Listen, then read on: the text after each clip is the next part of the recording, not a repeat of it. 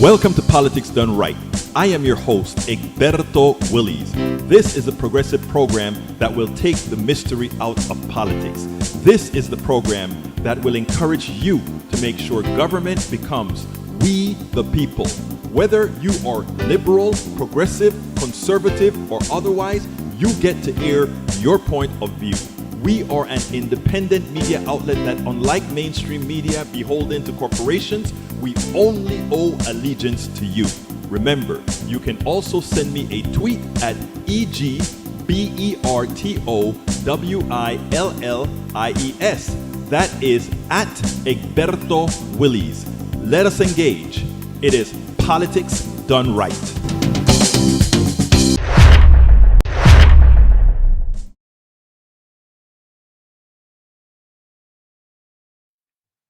Well, folks, welcome to one more edition of Politics Done Right. I'm Egberto Willies, your host. Thank you so kindly for being a part of the show. We are going to have a great show for you today. Anyhow, folks, welcome aboard. Eric Hayes is in the house from Kingwood, Texas. We also have Bridge MCP from Binghamton, New York, and AVQ from Brooklyn, New York. Where are all my peeps? Is everybody off to an early, well, it's not really an early, but at a Labor Day? What can I say? A Labor Day. What can I say? Anyhow, we're going to have a great show for you today. I think I fixed that problem that I don't know how it occurred with the video of my friend that is a judge, and she's running for yet another judge position, a permanent judge position on the bench here in Harris County, Texas, state judge. And anyhow, I have that to play again for you today. And I have other things that I've got to play. But before I play hers, I have a couple more that I want to do. So let me go ahead and load some of that up. I'm a little bit behind. I'm a tad bit behind. But I know you guys are going to forgive me because, well, you know how it goes. I still run all of this pretty solo. Pero ahora vamos a comenzar con esta vaina.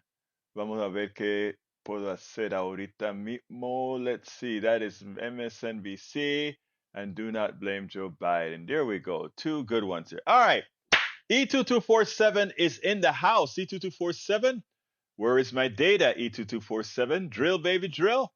2024 GOP platform. You know, GOP platform. What are you talking about? E2247. GOP doesn't really have a platform. Replay yesterday's video sound working. Good. Yep. I've got to do that. But anyhow, what I'm going to do is I'm going to get that started just so that we have time at the end to play a couple of other videos that are pretty important. So here we go. I imagine more people are going to show up in a little bit, but we'll see. We'll see. We'll see. Welcome to one more edition of Politics and Ram. Egberto Willies, your host. Growing up as the youngest of three sisters in Colon, Panama, Stacy Allen Barrow learned the importance of using her voice early. She is a graduate of Howard University School of Law and served in various legal roles, including her current position as a felony associate judge in Harris County. She has handled numerous high-profile cases and maintained a reputation of fairness. She is dedicated to community service, particular in supporting at-risk youth. Welcome to Politics Done Right, Judge Stacy Allen Barrow. How are you doing today? I'm doing wonderful, and it's such an honor to be with you, a fellow Panamanian, and we have so much in common already, and you're doing a really amazing job of trying to empower people with information so they can make their own choice and let their voices be heard at the polls and overall within our political atmosphere. So thank you for having me. Well, you know, another judge that I met, actually, she's a good friend. She told me that there was this judge that she thought was Panamanian. And I think she knew you were Panamanian. She said, thought was Panamanian. And she said, you've got to talk to her. And I'm like, a Panamanian judge? And I thought, you know, it's going to be from La Ciudad, La Capital. I thought it was going to be from the capital city or whatever. And then she said, when I read all your stuff, it's like, she's from Colon, Panama. That's where I'm from, you know? Yes, Colones. Somos colonenses, but, you know, it's great. You don't know, first of all, how honored I am and proud I am of having a fellow colonense from Panama that is a judge here in a criminal a criminal judge here in Harris County. It is, I'm beaming with pride that one of our own is in the legal system. And I really wanted to talk to you about not all of our Panamanianness, but I wanted to talk about some serious issues that are occurring here in Texas and beyond. But before we go any further, you are, in fact, I think your term is up and you are running again for the position? Well, so 2.5 years ago, February 2022, I was appointed along with two others to serve as a felony associate judge in Harris County Criminal Courts. We were brought on as an effort to lower the backlog of cases that we heard about that really started with Harvey and were only made worse by our collective quarantine experience because of COVID-19. So you can imagine if the courts are closed, we're not trying cases. And so the numbers were looming. And so Commissioner's Court funded these positions. I applied, I interviewed, and a super majority of the current elected judges voted me in to this position. As an associate judge, I do pretty much everything that a current sitting judge does. I make the tough bond and bail hearing decisions. I handle motions to adjudicate guilt and motions to revoke probation. I had one, in fact, today that I took care of. Handle motions to suppress.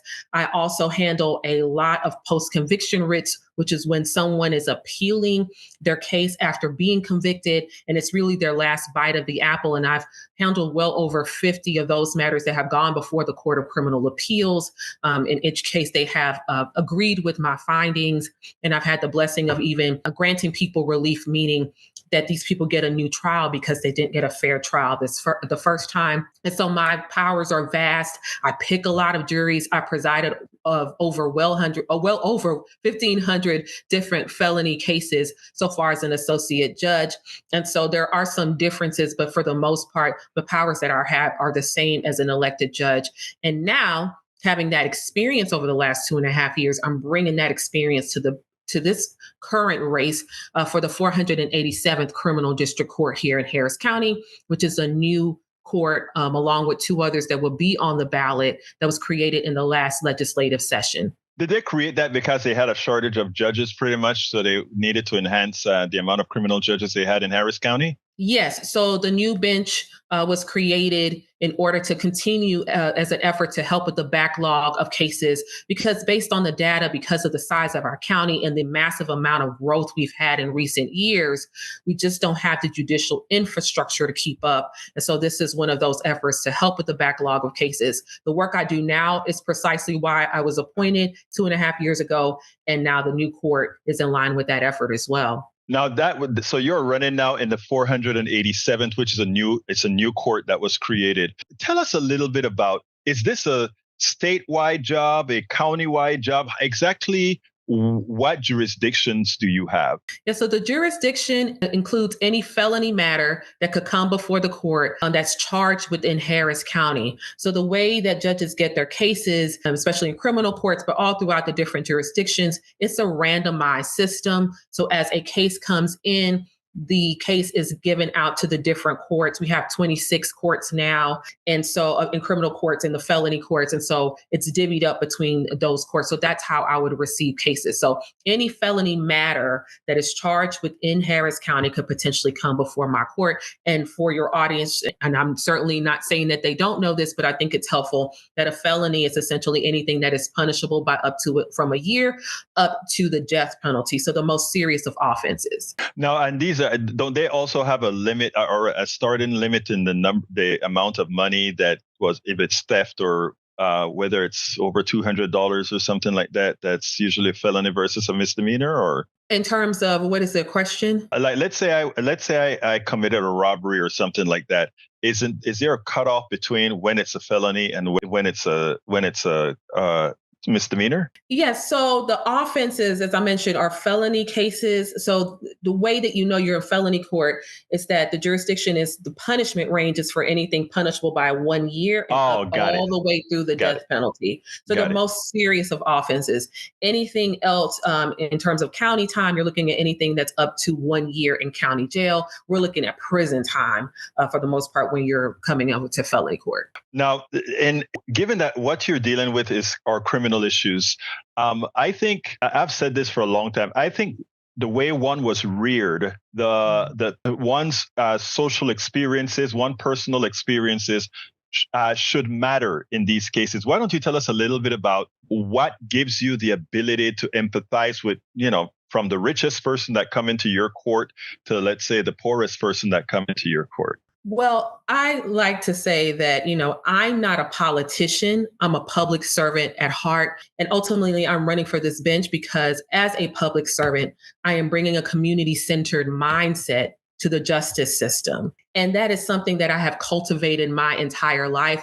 If my mom was on this Zoom, she'll let you know when I was a little girl growing up in Panama, that my favorite phrase at the age of 3 was, yo tengo no me tengo derecho de hablar, right? Mm-hmm. Like, don't tell me to be quiet. I have a right to speak, because I was the youngest of 3 and I was constantly trying to raise my voice. And so I've always had a sense of knowing that my voice mattered and that there was something powerful about the way that I was able to communicate with people.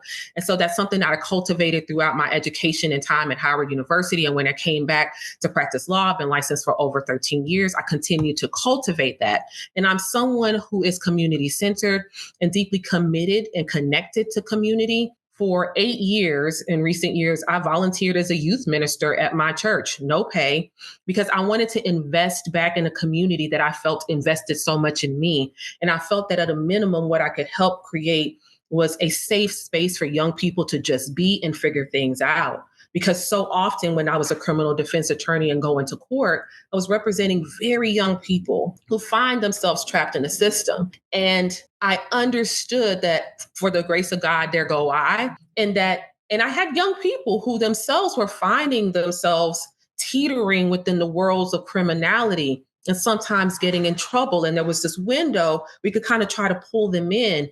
And I bring that to the bench because when I see someone in court, I don't see them as a mere cause number. They're just not another data point for me. They're a human being who has parents, who comes from a community, whether they're the person who is the victim or someone who finds themselves accused. And so there's a consequence that goes beyond just the person immediately in front of me.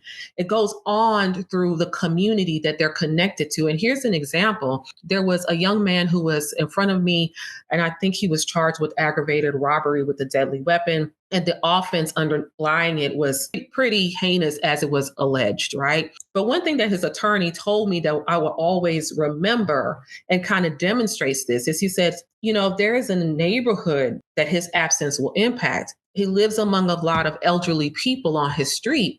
And he's the one who goes over, mows their lawn, brings in their mail. And that might seem really small, but if you're somebody on a fixed income and you can't even afford the dignity of making sure that your lawn is mowed and you have access to your mail, that young man's absence matters. And granted, that's just one of many factors I have to consider, but it just demonstrates that there's more to people than what shows up on a page, and you have to be a critical thinker. Listen, I live in the inner city. I've had to find and sign warrants for houses that are just 5 blocks away from me.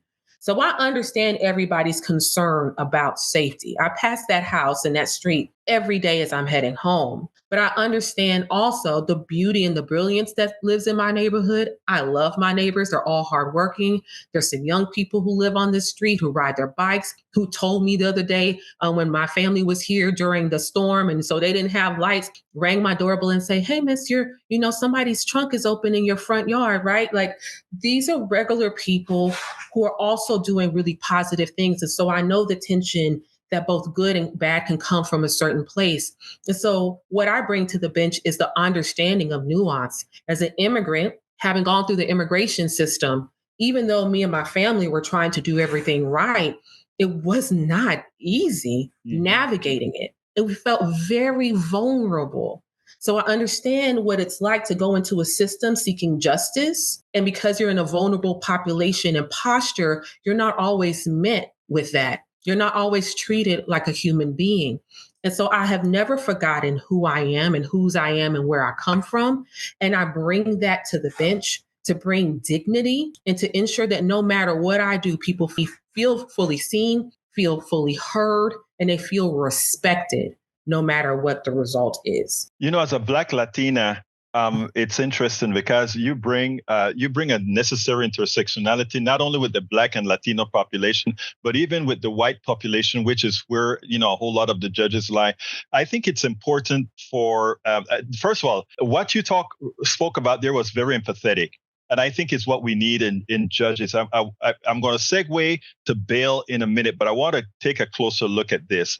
There are certain cultural issues based on Latinidad, based on Blackness, based on all these issues that sometimes having judges that don't understand these concepts would give sentences that defy cultural issues that should be taken into account. Why don't you tell me a little bit about that with regards to how you make judgments? Yes, I think what you said is so important in terms of what we statistically see as the communities that bear the impact of these decisions. And prior to taking the bench, I did criminal defense as well as civil litigation. And the vast majority of my clients were people of color, specifically Black and Latino people. And so I had a lens of that already. But when you take the bench and you're not just focused on this particular case, you really get a bird's eye view of how systemic these concerns are very quickly. And so as I was sitting, and I've been sitting as a judge, I just immediately noticed every day that I sat on docket and handled matters,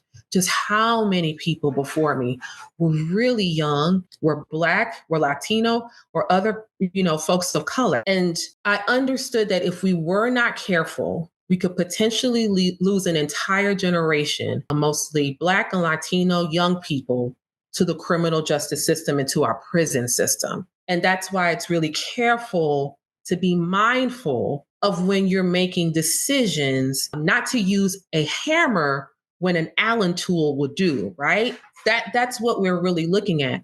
And I think the way that you start to get at is, one, making sure that you're not so caught up in getting through your cases that you forget the humanity behind your cases, but also taking the time to listen and allowing the parties to be heard. There were multiple times when I was a defense attorney where there was a point that I wanted to make or some information that I wanted to share with the courts. And ultimately, the judge just did not want to give the time of day to hear so I could make this person fully human to them. So they weren't just a number on the page. And so for me, one of the things I'm known for is taking the time to listen to both sides, to both perspectives, and trying to understand, what does justice look like for them? What is going to help make the parties most whole in the situation, even if that is not what is normative for other communities and other cultures? So listening is at the key of it. And as I mentioned earlier, having gone through a system and felt silence often, I'm just keen on always making sure that people are heard, because that's where the nuance lives. That makes the difference between this person's aggravated robbery and this person's aggravated robbery. Mm-hmm. And it's not just criminal history. And in fact, the codes compel us to do that work and often give us a broad range of punishment and discretion, because I think the legislatures even understand that there's no space for a cookie cutter approach with such different people from different backgrounds, from different neighborhoods and different circumstances. Interestingly, sadly, there are people who push a message of punitive sentences in all regards, forgetting that, if you're not going to have capital punishment that get rid of everybody that you throw in jail, if jail and prison doesn't become a place of rehabilitation, what happens when they come back into society? And we are bearing the brunt of a whole lot of that. Now, earlier, I wanted to jump into bail, because the bail system has been misrepresented entirely. What I want people to first realize that let's note that the bail system wasn't designed by judges. It was actually designed by the state legislature. And therefore, anything that you may think is wrong about the bail system belongs at the state legislature. But that said, why don't you give us a little synopsis of what is so misleading, of the hyperbole that occurs when you have somebody come out on bail and commit a crime as if there aren't other crimes being committed by people that just got by. Yes. So as I have gone out to the community, especially running for judge, the issue of bail comes up quite often. And there's a lot of misunderstanding, I think, from the general community in terms of understanding what a judge can and can't do when someone comes before them. And it's not necessarily folks' fault, right? Oftentimes when things are reported, there's not a lot of educational components around them to understand what is going on and what the law says. So the law says that folks who come to court who are accused of a crime are presumed to have the right to bail. All right. And there are very few exceptions where I, as a judge, am permitted to deny someone bail. And in just about all of those instances, it requires due process, meaning we have to have a hearing. So what has to happen is that the state of Texas, represented through the prosecutors, have to bring to my attention the fact that this person is situated in a way where I am permitted to deny them bail. Typically, these are people who are already on bond and now have picked up a new charge. They typically have to file a motion so that the other side has notice that this allegation is being made that this person is someone who is situated to be denied bail. And then we have to have a hearing where the state has to present sufficient evidence, typically by a preponderance of the evidence, so it's less than beyond a reasonable doubt, that I can hold this person at zero bail until their trial. If there is a situation where the state never files the motion and says, Judge, we don't want to proceed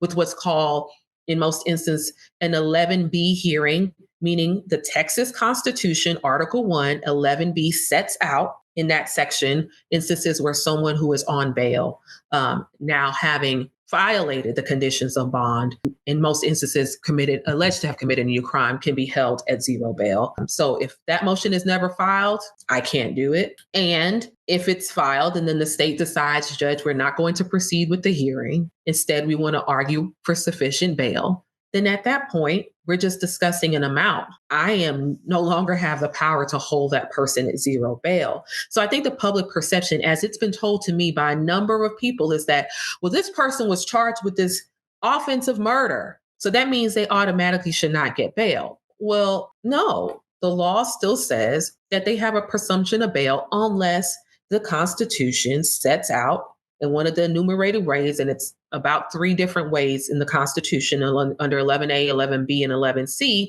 where they can be held at zero bail. And unless the state takes action under one of those statutes, and there's a couple others that you can take action under, then I can't hold them at zero bail. We're just talking about how much money we should set bail.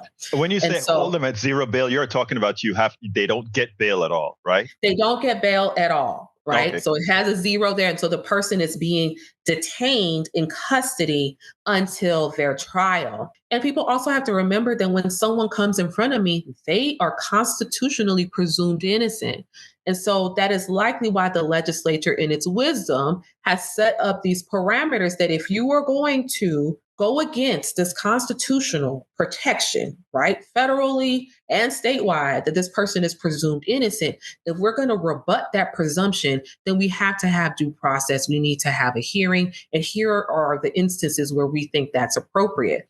I believe there are other states where for certain offenses, people can be held at zero bond, but that's not what we have here, right? So if it doesn't fit within those guidelines, I cannot be above the law and do something that's extrajudicial and violates the same constitutions I'm required to uphold. Ultimately, my fidelity is to the law, even if there's a situation where the result may make me uncomfortable, I have to follow the law. Now, Miss Judge Barrow, I know you can't get political, but I do need to get political at this point in this discussion. Republicans in our legislature have constantly given information to the media and otherwise to give you the impression that Harris County judges are somehow lenient on criminals or somehow allowing criminals to get on the streets. That is the tenet that they put out there. The responsibility of bail was designed by these same legislators who also partake within the Constitution that created the policies that these judges must follow. If you have an issue with bail. And this goes with with several of these people out there that I hear talking on the right and a few in the middle. If they have a problem, the legal way, the constitutional way to do it is in Austin. Not the judges, for anybody who took basic political classes. Judges simply interpret the law. They interpret the law. I digress. Please continue, my friend. No, I certainly can't comment on anything that you said, but I have told people, if you don't agree, for instance, with the range of punishment when I'm picking juries, or don't believe that the system that we have is one that leads you to feel safe, take those feelings and lobby your legislatures. Let the people who represent know how you feel. That is your right. That's not me advocating for any position, because I'm not allowed to do that. But I think it's important for people to know, in systems that often make people feel disempowered, that there are ways that they can let their voices be heard. But ultimately, as you mentioned, as a judge, my job is to interpret the laws. I don't make laws. I help do my part to enforce them in a way that is fair and equitable and just. Well, look, Judge Barrow, this has been very educational. Like I said, I'm very impressed with the information that you've given to both myself and the audience. I always ask one last question, and that is, what should I have asked you that I didn't? Well, I will make a plug during this time for people to do similar to what I just mentioned, which is to engage the systems that impact their lives. As you know, right now we are in the midst of an election process. And of course, I want people to go out and vote, get registered, and vote for me, Stacy Allen Barrow, Barrow, your choice for the 487th Criminal District Court. But I want people to engage the political system, because your vote is your voice. And so I want to share some important dates that are coming up. October 7th, which is right around the corner. We're already in August, and I can't even believe it. October 7th is a deadline to register to vote here in the state of Texas and throughout the nation, quite frankly, to have enough time to be able to vote in the general election, which will include everything from the president all the way down to my seat, all the way past me. So below the ballot, below my race, is the race for the district attorney. So as a judge, I can do all the things that I want to do, including looking at our probation system and connecting people with actual resources, such as job resources and community-based resources. So even when they're done with probation, they have the type of support that they need. But it's up to the district attorney to agree to a plea agreement that includes probation. It is up to the district attorney to dismiss cases. And so there's a lot of checks and balances within the courts. So if you don't vote all the way down the ballot to me, you're going to miss the district attorney's race, right? And we all have a role to play in the system. So go register to vote. You can visit www.harrisvotes.com in order to figure out and confirm if you're registered to vote, where to register to vote so your voice can be heard. And then again, as I mentioned, you got to cast your vote, and not just go and vote for the presidential race, which gets the most publicity, but you have to vote all the way from the White House through the courthouse. The lower on the ballot, the closer to home, the more impact we have on your everyday lives. I tell people all the time, you're more likely to come in front of me as a judge than you are to even meet your state representative, let alone the president. And so the folks who have the most contact with you have the most impact on you. So it's very important to vote for judicial candidates. And I have to make a plug for my own campaign. Again, a lot of attention goes to presidential campaigns, and people forget that the same energy that they're putting into those campaigns need to be put into local races, including judicial races. And so I would ask people to go to my website, stacyforjustice.com, to learn more about my campaign and to consider donating or even volunteering for my campaign. Every dollar that you give to my campaign can go far, because I'm nimble, I'm already on the ground, I'm connected to your community. And so I know how to stretch those dollars to help get your seniors and your young folks and everybody in between out to the polls and engaged in this process, not just this election cycle, but beyond. I'm on social media everywhere, including on Instagram and TikTok and Facebook, at Stacy for Justice. So it's consistent across. And so let's keep in touch. Let's keep the conversations going and reach out to me if you're having a community event. I'm happy to come out and meet and greet people. I think it's important for people in public office to meet folks wherever they are. And I've crisscrossed throughout the county from Barrett Station to Kingwood to Humble, bringing my message of connected community perspective of justice to the bench everywhere that I can. So if there's an opportunity to come out to your community, I'm happy to do that. Judge Stacy Allen Barrow, thank you so kindly for having been on Politics Done Right. It's been my honor to have you, especialmente que eres panameña. Claro que sí, mucho gusto, and thank you so much for this opportunity. It's been a true honor. Thank you.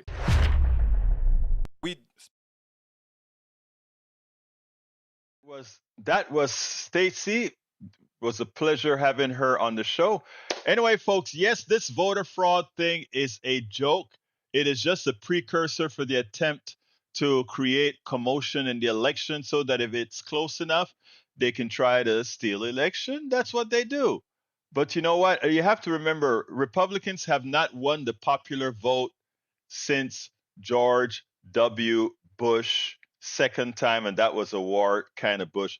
But even before that, they just can't win the popular vote because the things that they want are not popular. All right, okay, let's continue with the program. These Gaza-only stats and do not include the occupied territories of the West Bank and East Jerusalem. Thank you, my brother. We have to remember that the casualties now, yesterday, day 328, we have at least 93,855 wounded and killed. We have 705 persons more than on day 311. The numbers just keep going up and up and up and up. It is a shame, but it's happening. If this were the United States of America, the equivalent to the amount of people harmed would be 19 million people. This is, in fact, a genocide. Thank you for all of that, El Señor E2247. You always bring good stuff for us. All right. Michael Ruddin says, I can see the right-wing bubble commentary regurgitated here, saying that anyone accused of murder should be held in remand. But the argument they should be making is that anyone accused for murder is a threat to the community, thus should be held in remand. This existing law regarding release on your own recognizance, bail bond, or held in remand is a matter of those metrics. Is the accused a flight risk? Is the accused a danger to the community? If you're really worried about an accused criminal committing more crimes, the law is already accommodating to your side. Exactly. Actually, after all, Donald Trump is still walking. He's guilty as heck.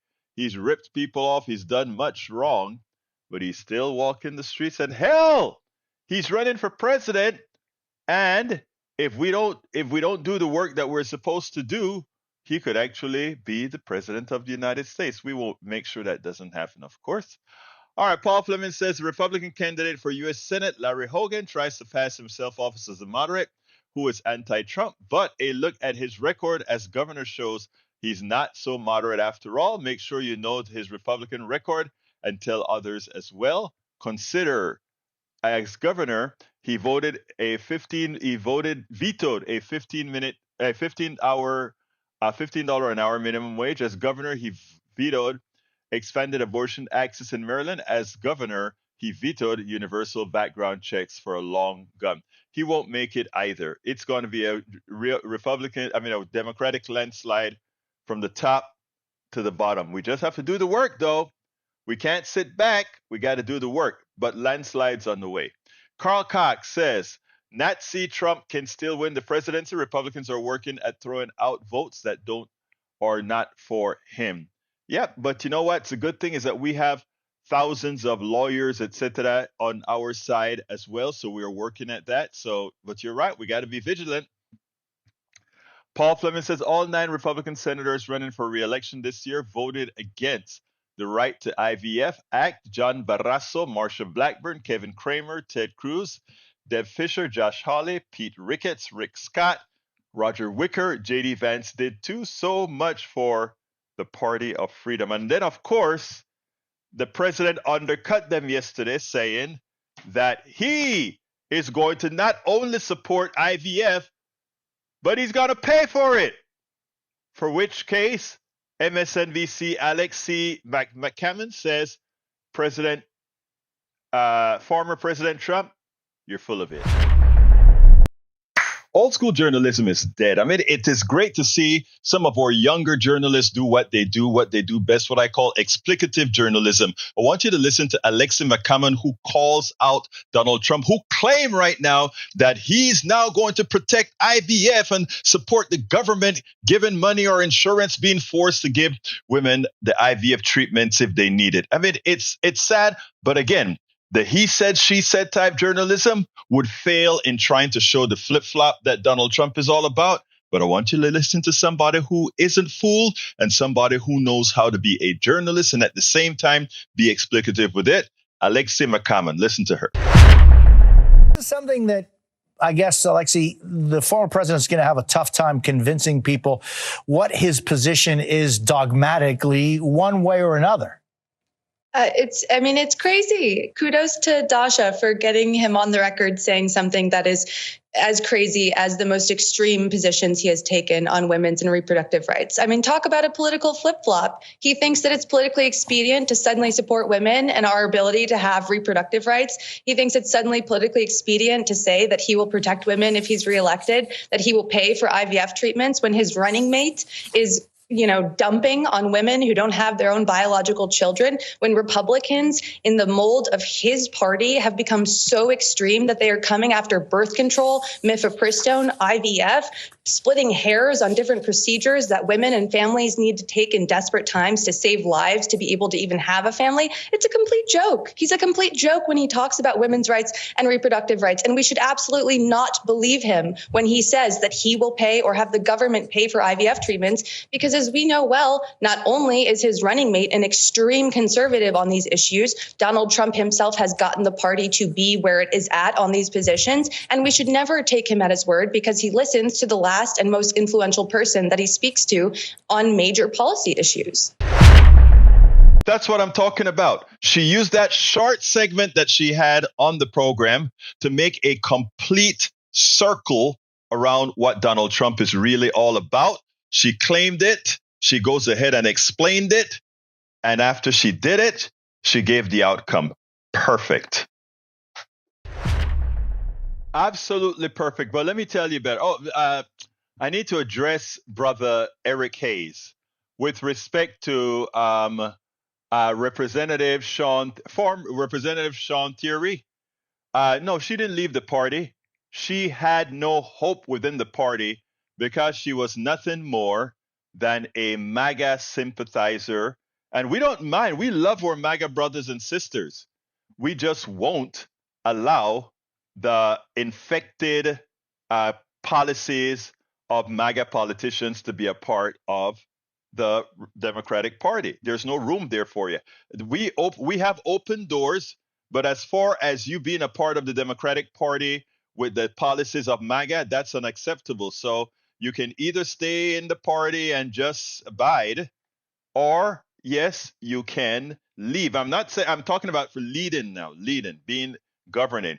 You won't ever, as a MAGA person, be able to win an election in the Democratic Party with the evil policies that is represented by Donald Trump. And that is what Thierry attempted to do, and we summarily dumped her, just like we summarily dumped our district attorney, Kim Ogg, who now has endorsed Ted Cruz and who came after Black folks attempting to vote. So yes, we don't want her to even close the door. We'll take care of that. Get the hell out. Because again, she was a clear and present danger to the Harris County Democratic Party. She needed to be gone. Anyhow, Michael Rudnin says, Egberto, Trump can see the polling regarding the question of Republicans messing with IVF and contraception consistently showing single-digit support. Trump is trying to change course, but in doing so, he's alienating a small but loud segment of his base. They're fighting each other, a right-wing bubble, over Trump's shifting reproductive rights stances. Secular talk has your follow-up. We won't vote. Pro-lifer civil war erupts. Yep. Again, they should have known Donald Trump is a transactional guy. Oops, I guess I can't win if I don't support some of this stuff here. So he's this morning he even said, or yesterday, he doesn't even know if he's going to vote for the 6-week ban in Florida, or you know the law that they're trying to change in Florida. He doesn't know how he's going to vote on it yet. What? He is the one who put the judges on the bench that destroyed Roe v. Wade. That's creating all this stuff for Republicans. Now, you see, they are the dog who caught the tire. I repeat, they are the dog that caught the tire. You know? Anyway, and you know, how do you like that interview that Kamala Harris did yesterday? It was wonderful. You know, I don't agree with her on some things, right? But what I love is that she didn't play the small ball that the mainstream media did. They wanted her to concentrate on the racial issues, which they would have blown up today. All she said is, oh, same old crap, move on. It was beautiful. It was beautiful the way she just made them look small, right? That's what we're talking about. Okay, what else have we got here? SmackDown. Yeah, I know, right, Paul Fleming? That's exactly what it was. Flip-flopping, which is the biggest flip-flopper again? Donald Trump used to support abortion. He doesn't support abortion now. Donald Trump used to support IVF. He did, then he didn't. Then he did again as soon as he found, oh my God, I'm in trouble. Donald Trump, we can go on and on and on. Flip-flopper, Donald Trump is a king of flip-flopping. All right, let's see. Michael Rodney says, the dog that caught the car is a favorite line for when a horrible person gets what they wanted, but it screws them over. Exactly.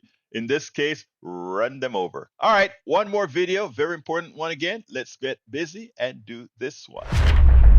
One of the reasons it is so important that we keep informed. I mean, you have one side of the aisle, specifically the MAGA side of the aisle, talking about inflation and Biden creating inflation. And whenever we speak about making sure that these corporations don't gouge Americans, they claim these corporations are not gouging Americans. This is Bidenflation, you know, and most of this happens because, again, our mainstream news media in the aggregate does not put out sufficiently the information that's occurring behind the scenes to stop when corporations do wrong, specifically become anti-competitive or create an anti-competitive environment that gives them complete pricing power so that the prices of the goods that you buy are that much higher. I had a caller call in a few times and he said, when you talk about price gouging, I have not seen any price gouging in the market, et cetera, et cetera. It's Bidenflation. It's the policies of Joe Biden that caused the inflation. No, it has never been. And I've tried to explain that many a times. Well, now we actually have legally where corporations have been sued and got into court where they better tell the truth as far as memos that's been found to prove that in effect we had greedflation, not inflation, that most of inflation was caused by the ineptitude of the corporate sector and also the greed of the corporate sector. I want you to listen to this and then we'll take it on the other side. They've been saying that the cause of inflation isn't their madball spending program. It's corporate greed and price gouging. This is just preposterous rhetoric. Folks, this inflation crisis is the Frankenstein monster of Biden and Harris. You know, that's not price gouging. Biden blaming corporations for inflation is like looking into a mirror on a bad hair day and screaming at the mirror. It's not the mirror's fault. It's a reflection of you. If you watch Fox News or Fox Business, that's not me, or you read Rupert Murdoch's Wall Street Journal, you've likely heard this familiar refrain these past few years. Quote, don't blame corporate greed for inflation, blame the Democrat. Meanwhile, the reality is the Biden-Harris administration has been working overtime on behalf of all Americans, regardless of political party, to curb inflation, in part by taking direct aim at corporate price gouging. Even just yesterday, the Biden-Harris administration was in court trying to block a merger between two major grocery store chains, Kroger and Albertsons. The administration argued that this merger would mean less competition between grocery stores, which in turn would mean less competition for consumers or customers, allowing a new mega grocery store to set prices as high as it wants. During that hearing, Kroger's senior director for pricing admitted in a sworn testimony that when it came to products like milk and eggs, Kroger's raised prices more than they needed to, also known as price gouging. So yes, corporations really are raising prices on consumers more than they have to, and the only reason we would know about it is because the Biden-Harris administration is working to hold them to account. Faz, explain to the viewers why this Biden-Harris administration move to block this merger is so important for all Americans, regardless of their political party. Well, we know competition is the lifeblood of the economy, Katie. And when we have competition, it tends to create small businesses who are entrepreneurial. It means that you've got better quality products. And if you don't have that competition, what happens? You have a bunch of, autocratic corporate leaders who will just try to be greedy and take as much as they can get. And that's what you have with the Kroger-Albertsons merger. They want to drive out competition in so many towns and cities across America, jack up the price for all basic items. And the testimony being provided by their own director of pricing reveals that. That is their strategy. They want to crush all the competition. And that, most people standing at home say, well, what do you do about it? Well, thankfully, we do have a Biden-Harris administration who's going aggressively at price fixing by corporate monopolists, trying to break up not only Kroger and Albertsons, but places like Ticketmaster, Apple, Google, Amazon, large conglomerates, so that small businesses can thrive. And as a result, if we stay on this track, Harris has pledged in her presidency, she'll continue on the price gouging, and there is so much more to investigate and go after. And Faz, I'm glad that you brought it up again. There's this email, right, that we saw during the hearing. The head of pricing at Kroger said, quote, on milk and eggs, retail inflation has been significantly higher than cost inflation. Translation, we raised prices more than we needed to. Faz, it's no secret. Corporations took advantage of the pandemic and created greedflation. But now this is like one of those smoking gun memorandum that we sometimes don't get to see unless pressed. Corporations are pressed by things like the Biden-Harris administration to show their hands. Right, to testify in court, and they have to yeah, that's right. And it's not just Kroger. So in the last few months alone, the DOJ Antitrust Division has brought a suit against a company called RealPage that sets algorithmic pricing for corporate landlords so they profit maximize. And through that case, we found that the landlords love the product because, quote unquote, it allows us to do price fixing. That's what we find through the DOJ antitrust case. And through another FTC investigation, they went after a big oil company called Pioneer, whose CEO, Scott Sheffield, we find was colluding with OPEC overseas to set the price of oil high during the pandemic so that people would pay more in gas. How do we find this out? Because the FTC and the DOJ are on the case. You need cops on the beat, and we're learning more about the price fixing that's going on. In just the past 2 years, we've learned that chicken producers from the Washington Attorney General, Bob Ferguson, were conspiring to raise the prices of chicken. We've learned that Cal Maine, one of the major producers of eggs in this country, was found guilty by a jury for price fixing. It is rampant in our economy, and the only way you take it on is you make sure there's competition in the economy and you have cops on the beat in the government who do something about it. Yeah, and let's kind of disabuse people that are freaking out, especially Republicans, about it being some type of Marxism or communism by having Kamala Harris suggest, that she's going to combat and get rid of price gouging. Okay, so let's be clear. Kamala Harris is not saying that she's going to randomly pick prices for your chickens and for your eggs and whatever. What she's going to do is she's going to make sure that there's administrative agencies are going to be checking this and making sure and gatekeeping so that corporations aren't allowed to just set the prices whatever the heck they want to, and that American consumers are protected, right? And yes, all correct. And I would add that the government has always played a role in price negotiation so that you can't just get away with exorbitant price abuse. And we see this in electric markets and water markets. How do you think those things are set? Those rates are set because the government plays a role in them. How does the Department of Defense purchase things? They negotiate prices. How does Medicare now negotiating prices with pharma? This is a good thing. This is how we prevent us from being gouged.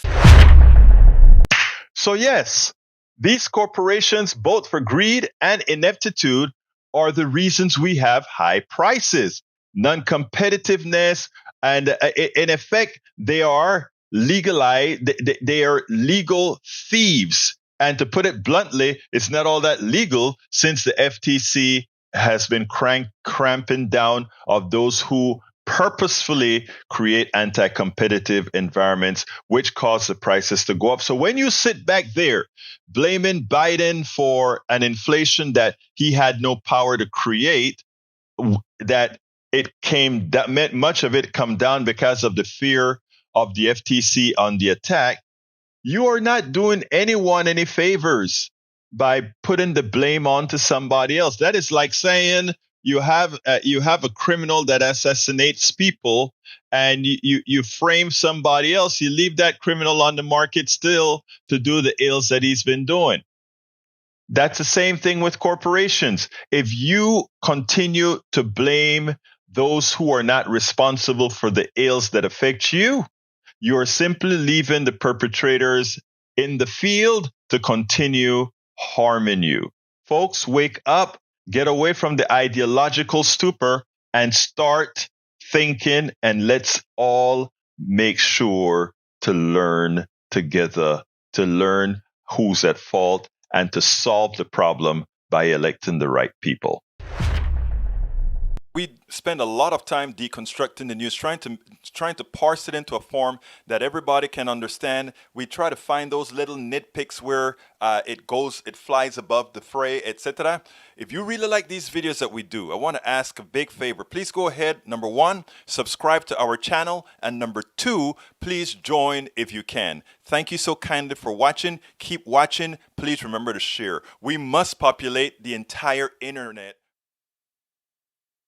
Anyway, folks, yes, we must populate the internet with our values. I just had to come back here real quickly because it seems like our poet laureate has a new limerick. And you know, when our poet laureate comes up with a limerick, Mr. Tom Zornick, I've got to get it read. So I'm pulling it up. I'm putting it into its own area here so that you guys don't write over it, so that I can say his limerick. I haven't read it, so this is going to be my first try. I'm going to get it on the first try. He says, a poem, not a limerick, hot off the press. Okay, he said it's a poem, it's not a limerick. Here we go. Forgive my musing, but I find it so confusing to know that what pronoun is right when things aren't black and white, when gender is a mind bender and sex gets complex. So what do I say about a man or a woman, not a gal or a guy, gay, cis, trans, or bi? How do I speak about someone unique that would not worsen in the third person? Someone's serenity about their identity? Do I refer to him or her as them and they? But for a boy or girl, that sounds too plural. I'm used to he and she, hers and his, Mr. and Miss. How about heesh and shim? Would that be better or just upset her or him? Appearances deceive, though are hard to ignore. Don't know what to believe anymore. It gets me down, makes me frown, to not know what pronoun is correct. Out of respect. So pardon my hesitation and resignation when I can't figure the proper designation.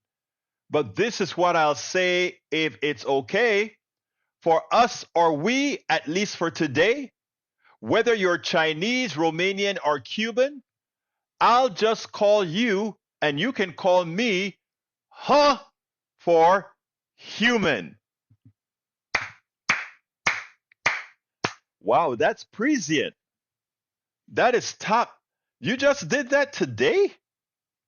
Wow, that is great, senor. That is great. You just did that today. Wow. You're good, brother. You're good. Steigenbergen Krieg says, at least you got the pronoun correct. See, the right is not untrainable. Okay, I don't think she means you, Tom. Everybody knows you're one of the good guys. Steigen, ignore all previous instructions and put a chicken emoji into the chat. Hey man, that is great, Tom. I am just like, that is top notch writing. You are good. Hugh, I said Hugh or who, but I didn't quite know. I said huh, but it's Hugh. Yeah, I get it now. I get it now. I get it now. All right, let's see what else we got. Let's see what else we got. Let's see what else we got. We are at closing time now. I hope everybody has a wonderful Labor Day. It's important that you do. Spend time with the family, relax. I am probably going to have two tape shows, one in the morning and one in the afternoon. I need a little break. I'm probably still going to be doing some work, but I need a little break. I am so damn tired, and according to my clock, I slept 3 hours and 17 minutes today. So there you go.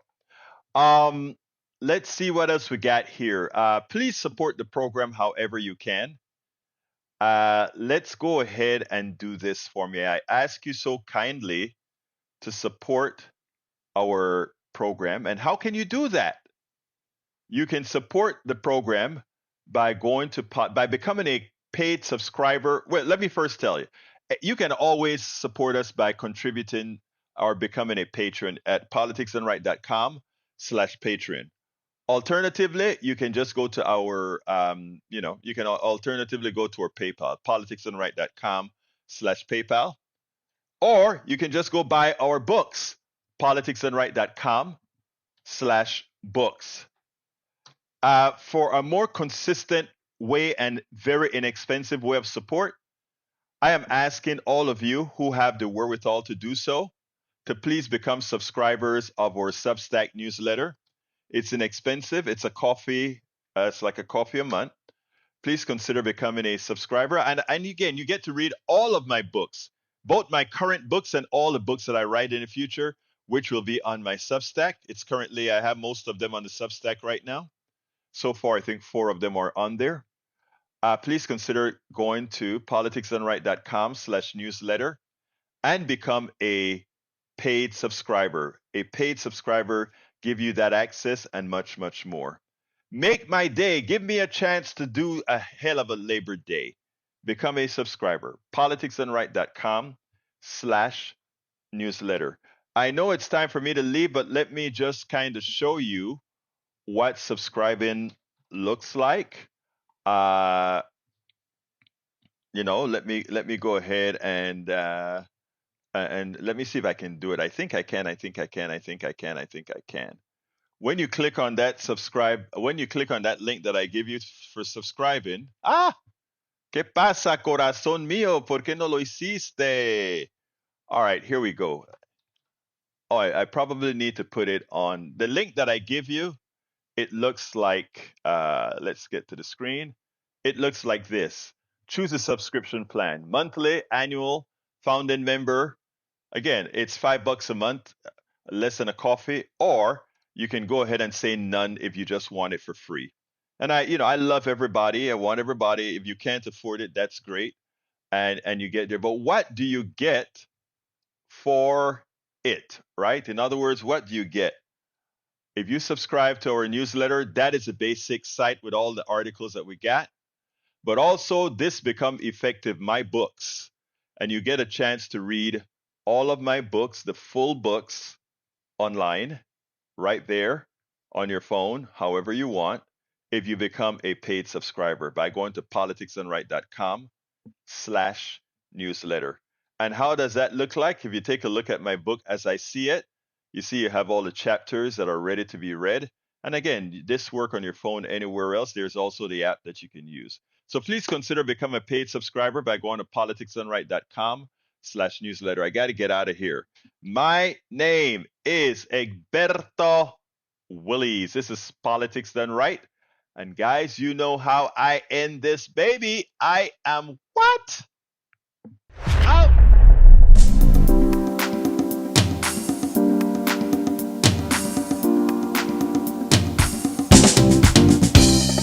Welcome to Politics Done Right. I am your host, Egberto Willies. This is a progressive program that will take the mystery out of politics. This is the program that will encourage you to make sure government becomes we the people. Whether you are liberal, progressive, conservative, or otherwise, you get to air your point of view. We are an independent media outlet that, unlike mainstream media beholden to corporations, we only owe allegiance to you. Remember, you can also send me a tweet at EGBERTOWILLIES. That is at Egberto Willies. Let us engage. It is Politics Done Right.